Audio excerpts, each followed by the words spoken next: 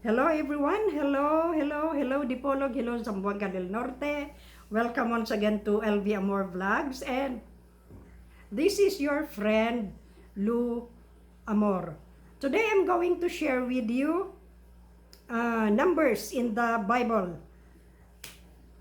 This is an interesting study and dili po siya common, no? So, biblical numerics or scriptural numerology. As we know, aside from being our God, aside from being an omniscient, omnipotent, omnipresent God, He is also a mathematical genius, and He used numbers to connect the dots regarding the happenings, the events, people in the Bible. So, hiling na siya numbers gyud, no? Kung as we read the Bible, we know that numbers play an important role in His word for the world. So, Psalm 71:15 is our Bible text, and here we go. Bible numerics. So, to start with, we have number 1. Number 1 in the Bible represents the unity of God. Unit. So, 1. The unit. In Ephesians 4 verses 4 to 6, it says, one body, one spirit, one hope, one God, one Lord, one faith, one baptism. So, 1. The unity of God as one. Then number 2, we have the union of two people or two things, two groups. 1 plus 1 equals 2. Man and woman united in marriage. So that's number 2. Christ and church. Then God and Israel. So this is 2, meaning union. And then we have number 3. Number 3 in the Bible is 3 parts, tripartite, the triune, the divinity, Father, Son, Spirit, body, soul, spirit, length, width, height, gas, solid, liquid, and many other things which comes by 3, no? By 3. So, we have number 3, 3 parts. And then the next is, of course, 4. 4 represents the world and the earth in the Bible. We have 4 directions, north, east, west, and south. The 4 seasons, winter, spring, summer, or fall. We have the 4 cherub. We have the 4 rivers, and many other 4 elements or things we read in the Bible. Then the next is 5. 5 is about death. Usually, it is about death in the Bible. Genesis 5:5, it mentioned about death. Then the 5th rib, it is also death. Death has 5 letters. 5th has 5 letters. Jesus, who died for our sins, has 5 letters. Grave has 5 letters. So, dying, it has also 5 letters. So, number 5 in the Bible is death. Then we have number 6. Number 6 is about man and beast. So, in Revelation 13, we have the man, we have the beast, we have the mark of the beast, the 666. So, that's it. It is the mark of the beast, man and beast. So, Nimrod is also the 6th from Abraham. And then we have 7. The Bible is full of 7 sevens. This is God's favorite number. number 7. We have the 7 feasts, the 7 judgments, the 7 mysteries, the 7 trumpets, the 7 churches, the 7 candlesticks, the 7 bowls, the 7 seals, all about 7. God rested on the 7th day. So 7 sevens in the Bible is very, very common or familiar. So that is the number 7. Of course, next to 7 is 8. 8 is the new beginning. New beginning. The new heaven and earth after the tribulation. The new Jerusalem after the tribulation. What else? After the flood of Noah, it is the new beginning.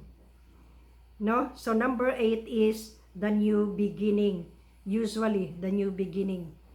So, after that, after 8, we have 9. 9 in the Bible is the fruit. The fruit. We have the fruit of the Spirit, which is 9.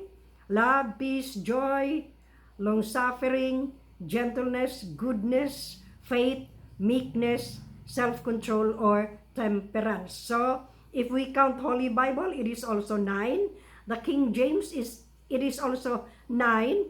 1611, it is 9. So, in the Bible, 9 is the fruit. Then we have number 10. 10 is the Gentiles. This is all about Gentiles. The 10 kings, the 10 horns, Nebuchadnezzar, the first king, and he was also connected with 10. So, Gentiles. When we speak of Gentiles, it is usually 10. Next to 10 is 11. And what is 11 in the Bible? Judgment. Usually, it talks about judgment. So, this is number 11. Judgment. J is Jack in the card, but naato lang po, no? Letter J, that is judgment. And then we have number 12. Number 12 is the queen in God's heart, Israel. So every time 12 is mentioned in the Bible, it talks about or mentions about Israel. So Israel, 12 tribes, 12 apostles, the 12 fruits in the garden, millennial period, the 12 precious stones mentioned in the Bible, the Revelation, no? So it is by 12, and it represents Israel, the queen in God's heart. So we also have that woman who was bleeding for 12 years, and the daughter of Jairus who was resurrected was also 12 years old, and they all represent Israel. And then the number 13. 13 in the Bible is rebellion. Rebellion, Nebuchadnezzar, Nimrod, Cain, so it is rebellion. And the king of rebels is in Revelation 13, the man, the beast, the Antichrist. he is the king of all rebels. So number 13 in the Bible is rebellion. Then we have still another popular number, number 40. So 40 in the Bible is probation. Probation. So the Israelites, 40 years in Egypt, 40 years in the wilderness. Noah, 40 days, 40 nights was the flood. 40 days, 40 nights, Jesus Christ was in the wilderness also, fasted. and then he stayed on earth for 40 days after his death before he ascended to heaven. And what else? What are other 40 days?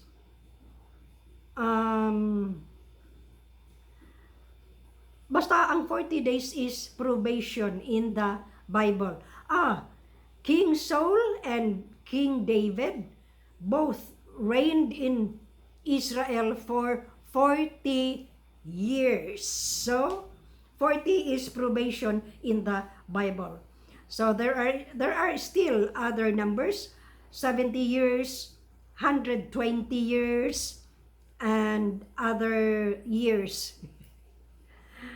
So that's it, the 400 years, but the most mentioned were number 1 to 13 and 40. To wrap it up, 1, we have unity,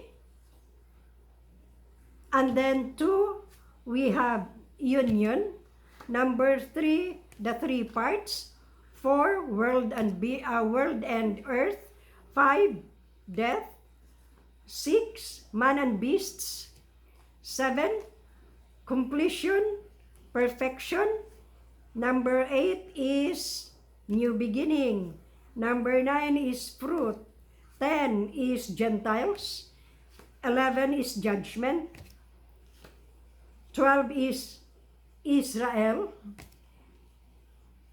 13 is rebellion, and number 40 is probation. So, Psalm 71:15. And then, before I will end this video, please feel free to subscribe. It is free of charge. Walay bayad na. To subscribe without being told to sign in, you go directly to YouTube app. Kay og sa Facebook mo, ini-click ninyo, you will be told sign in. Because lahi man silang platform. Ang Facebook lahi gina siya. Ang YouTube lahi po na siya. Which naadi ang atong channel sa YouTube, no? Wala sa Facebook. So go directly to YouTube. Type my name, LV Amor Vlogs, and then mo pop up na siya. Click the word subscribe. So, inana lang ka sa yun. Kana og ganahan mo sa ato ang content, no? O ganahan mo sa content, no? So, feel free to subscribe. Again, thank you kaayo ninyo mga viewers, mga supporters, mga subscribers, no? So, lipay kay ko, ana, no? And then, have a good and godly day, everyone. Amping kanunay, because we are facing an invisible enemy called blank. Salamat kayo. Hangtod sa sunod. Bye-bye.